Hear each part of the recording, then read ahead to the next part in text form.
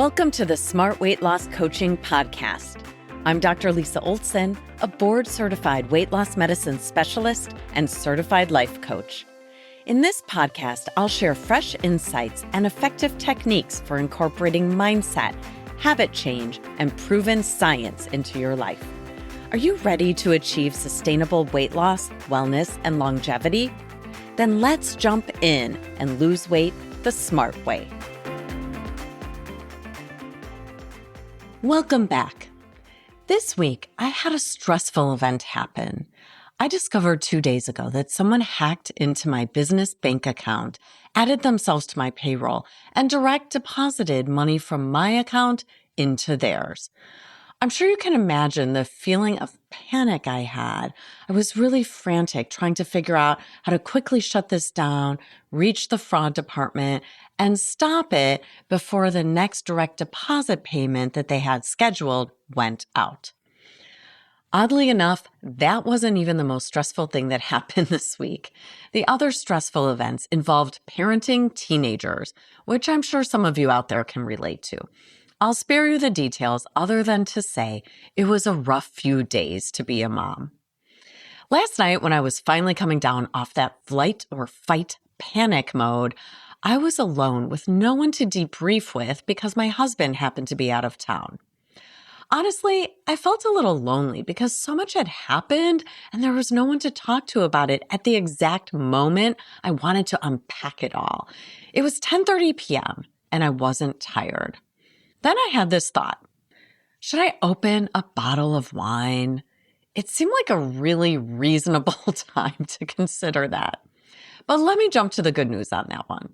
As soon as I asked myself the question, I immediately had an answer. Nah, wine doesn't sound like what I want right now. Let me just take a moment to say, yay me, because if this had happened in the first year or two of the pandemic, I would have been 2 glasses in before pausing to get my pajamas on. I'm excited for myself that not only did I not have a glass of wine, I didn't even want a glass of wine, which feels like a fantastic milestone. When I realized I was drinking too much wine during the pandemic, I knew I could cut back on my alcohol intake, but I really didn't imagine that I'd get to a place where I didn't want it at certain times. I thought I would always have to work at it if I was going to take a pass. Here's what I want you to know. If I'm able to get to a place where I don't even want a glass of wine after a very stressful event, that means you can get to the same place with whatever it is that you either want to quit, have less of, or have more control over. The way I finally did it was to tap into the exact same principles I use to help people lose weight and get healthier. Why wouldn't it work to use some self-binding strategies to start cutting back on my wine? Today, I'm going to explain 2 self-binding strategies that helped me to start the process that eventually culminated in my utter lack of desire for wine this week.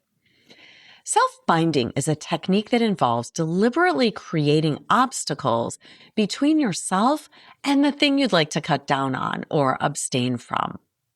If you're over-consuming anything, whether it's pizza, social media, sweets, or cannabis, this can be a game changer. I've used self-binding regularly with my clients, and I suspect many of you use self-binding techniques yourself, whether or not you're familiar with the term. I'll give you an example of using what's called physical self-binding to improve nutrition and drive weight loss. I have a client, let's call her Angela, who used to always buy a large coffee cake on Saturday mornings, and she'd end up eating the entire thing herself within a day or 2. For her, self-binding meant creating a physical obstacle to getting the coffee cake on her Saturday morning walk with her dog. We talked about options, and the one she found most helpful was simply taking her dog to the forest preserve or the city dog park, where she wouldn't see the sign for the local bakery that carried her coffee cake. Without the physical presence of the bakery sign or storefront to trigger her desire, she pretty quickly got out of the habit of having coffee cake all weekend long.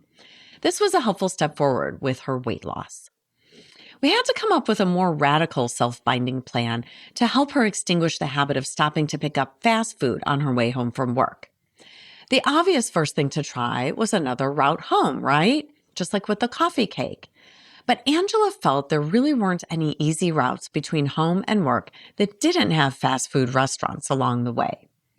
The first thing we tried was having her put her purse in the trunk for the drive home. That usually worked because she liked to use the drive-through window to get her food. And with her purse in the trunk, it created enough of a barrier that she was rarely tempted to stop. Occasionally, though, she did stop for fast food on the way to or from work. And so we tried an experiment to create an even stronger physical barrier. She started going to work without any cash or credit cards. This was actually before there was such a thing as Apple Pay or a wallet on our phones. Think about it. This was a tough one. When's the last time you willingly left the house without any cash, debit, or credit card while commuting to work? It's weirdly unnerving for us these days. We're so used to having some form of money as well as our phones with us at all times. So Angela gave that a try, and it was sufficiently uncomfortable for her that she kind of flipped a switch. She decided to create a carrot and stick model for herself. When she stayed on track, meaning she didn't stop for fast food, then she allowed herself to keep her credit card and a small amount of cash in her wallet. In the trunk, of course. But if she did stop for fast food, then she had to revert back to bringing nothing but her driver's license for her commute. That proved to be a strong deterrent, and she finally broke her fast food habit.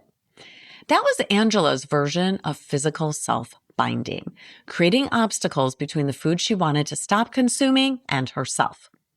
When you self-bind, you're acknowledging that there are limits to willpower and that sometimes impulsive eating feels involuntary or almost out of our control.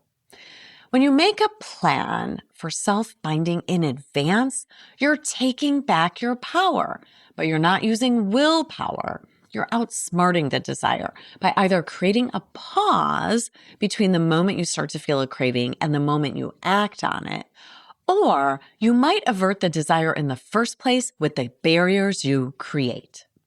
Angela created physical self-binding barriers when she stayed away from the bakery and when she removed easy access to money to buy fast food.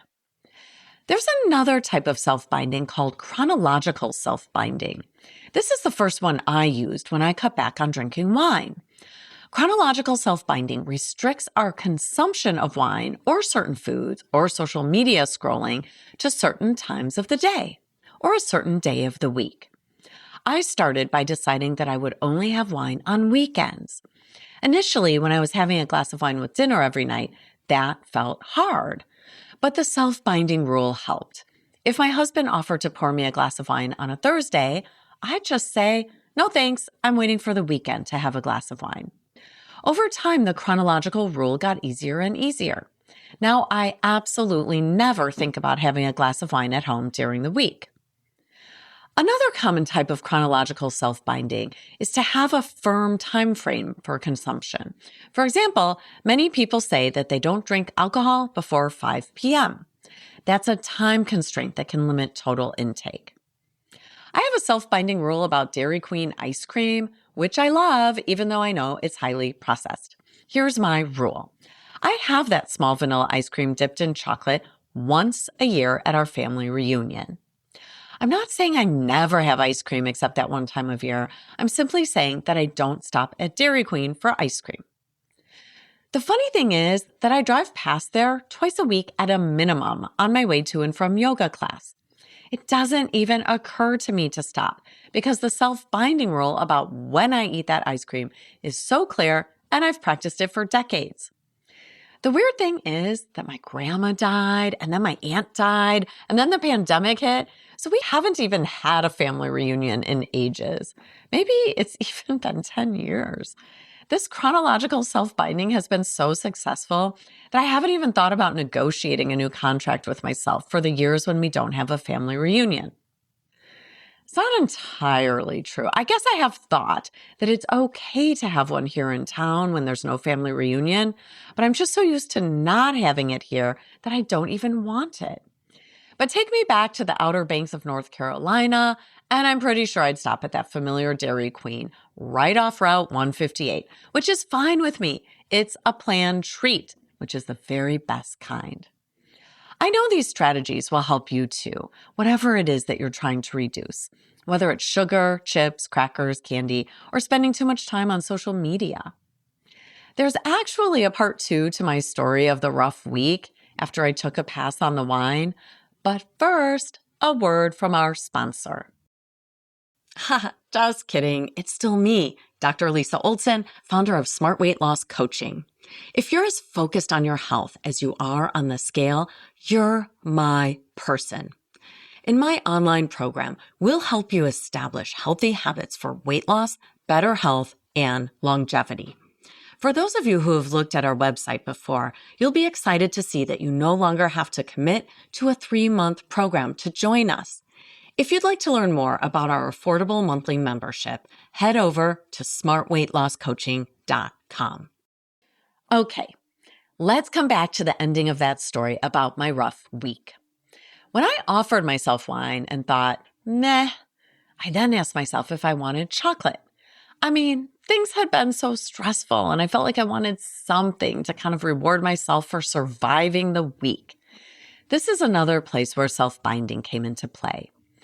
I started looking around the house for some chocolate, but despite checking all of the potential places where we might have some, I came up empty.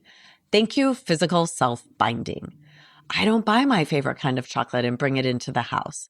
That doesn't mean there's never chocolate in my house. My husband and kids occasionally buy some, and sometimes I buy some for Valentine's Day or to put in their Easter baskets or Christmas stockings. I just try not to buy the kind that I like. So in the end, I didn't soothe myself with wine, nor did I soothe myself with chocolate. You know what I did? I found our cat, and I picked him up and petted him for a while. Then I brushed my teeth and read a good book in bed, turning out the light fairly early after all.